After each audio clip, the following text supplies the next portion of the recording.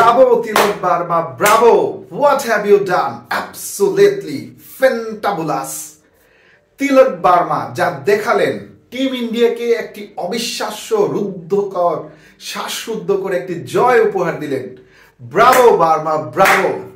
যেখানে 166 রানের একটি টার্গেট চেস করতে গিয়ে মাত্র 78 রানে পাঁচটি একেবারে শুরুর দিকের 5টি জেনুইন ব্যাটসম্যান অর্থাৎ জেনুইন উইকেট হারিয়ে ফেলেন। সেখানে লাস্টের 10 ওভারে অলমোস্ট 90 রানের একটি টার্গেট চেজ করলেন এই তিলক বার্মা। যা দেখালেন একেবারে পিওর টেম্পারমেন্ট ধরে রেখে, মেজাজ ধরে রেখে চিন্তা করেন লাস্টে যে সুপার ওভার 16তম 17তম এবং 18তম ওভার, এই দুইটি ওভারে কিন্তু তিনি তাতে দাঁত কামড়ে নিজেকে কন্ট্রোল করেছেন। বিশেষ করে আদিল রশিদের যে ওভারটি পরপর 4টি বল ডট দিয়েছেন, মাথা একেবারে ঠান্ডা রেখেছেন যাকে বলে। একটু উত্তেজিত হলেই বা একটু হাইপার হয়ে গেলেই কিন্তু উইকেট তারটা যেতে পারতো, যদিও ওই ওভারে একটি উইকেট গিয়েছে, কিন্তু তিনি নিজেকে কন্ট্রোল রেখেছেন, যেটাই ইন্ডিয়ার জন্য গুরুত্বপূর্ণ ইস্যু ছিল। সেই মুহূর্তে রানের চেয়ে একেবারে নিজেকে ঠান্ডা মাথায় পিচে রেখে দেওয়াই ছিল মূল কাজ, যেটা করতে পেরেছেন তিলক বার্মা। পরবর্তীতে এর পরের ওভার অর্থাৎ 18তম ওভারেও কিন্তু নিজেকে একেবারে মাথা টেম্পারমেন্ট ঠান্ডা রেখে পিচে ছিলেন। এটাই হয়তো ভবিষ্যতের যারা লিজেন্ড হয় তাদের নমুনা। এটা অবিশ্বাস্য। বিশেষ করে টিম ইন্ডিয়া অনেক দিন ধরে যুবরাজ সিং এর পারফেক্ট কোনো রিপ্লেসমেন্ট পাচ্ছিল না। বিশেষ করে আমি যদি বলি ইন্ডিয়ান ক্রিকেটের একজন প্লেয়ার যদি আমি বলি, সেটা হচ্ছে যুবরাজ সিং, যাকে আমি খুবই পছন্দ করতাম। মানে সচিন টেন্ডুলকারের পরে সবচেয়ে বেশি পছন্দনীয় ছিল এই যুবরাজ সিং।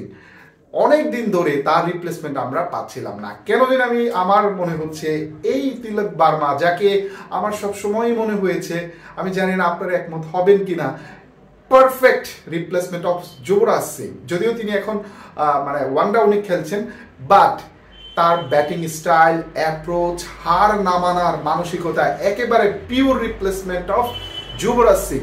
যুবরাজ সিংকে কেউ যদি দেখতে চান, এই প্রজন্মের যারা ক্রিকেট ফ্যান, তারা আমি বলবো এই তিলক বার্মাকে দেখার জন্য।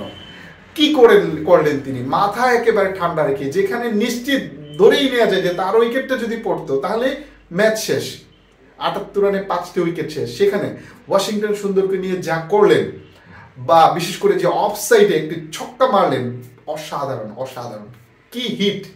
পরপর 2টি 6 মারলেন। আমি অফ সাইডে যে শটটা বলবো সেটা হচ্ছে দেখার মতো, একেবারে মানে পারফেক্ট, মনে হচ্ছে ম্যাপ করেই তিনি 6টা মারলেন। Unbelievable unbelievable. এই জন্যই বলা হয় যে ইন্ডিয়াতে আসলে প্লেয়ারের অভাব হয় না। বাংলাদেশে যদি আমরা বলি একজন প্লেয়ার চলে গেলে তাহার রিপ্লেসমেন্ট পেতে আমাদেরকে 10, 15, 20 বছর ওয়েট করতে হয়। সেখানে ইন্ডিয়াতে অলরেডি রেডি প্রোডাক্ট থাকে, অর্থাৎ যাকেই আপনি এনে দেন না কেন, সে মেজাজ বুঝে, টেম্পারমেন্ট বুঝে, পিওর ক্লাসে সে দলকে এগিয়ে নিয়ে যেতে পারে। এখানেই হয়তো ক্রিকেটের টিম ইন্ডিয়ার সফলতা, সার্থকতা, যে তারা সবসময় তাদের রিপ্লেসমেন্ট রেডি করে রাখতে পারে, যেটা অন্য কোনো দল পারে না। বিশেষ করে টি-20-র কথা বলবো, টি-20-তে এই অপ্রতিরোধ্য ভারত টিমকে হারানোর মতো আমার মনে হয় না কেউ আছেন এই মুহূর্তে। বিশেষ করে অস্ট্রেলিয়ার কথাও যদি বলি, তারাও, ইংল্যান্ড যারা মানে বর্তমান চ্যাম্পিয়ন, তারা কিন্তু আসলে ইন্ডিয়ার সাথে পারছেন না। যেখানে অবশ্য এই ম্যাচে মানে ইংল্যান্ডের কিছুটা লাকও খারাপ।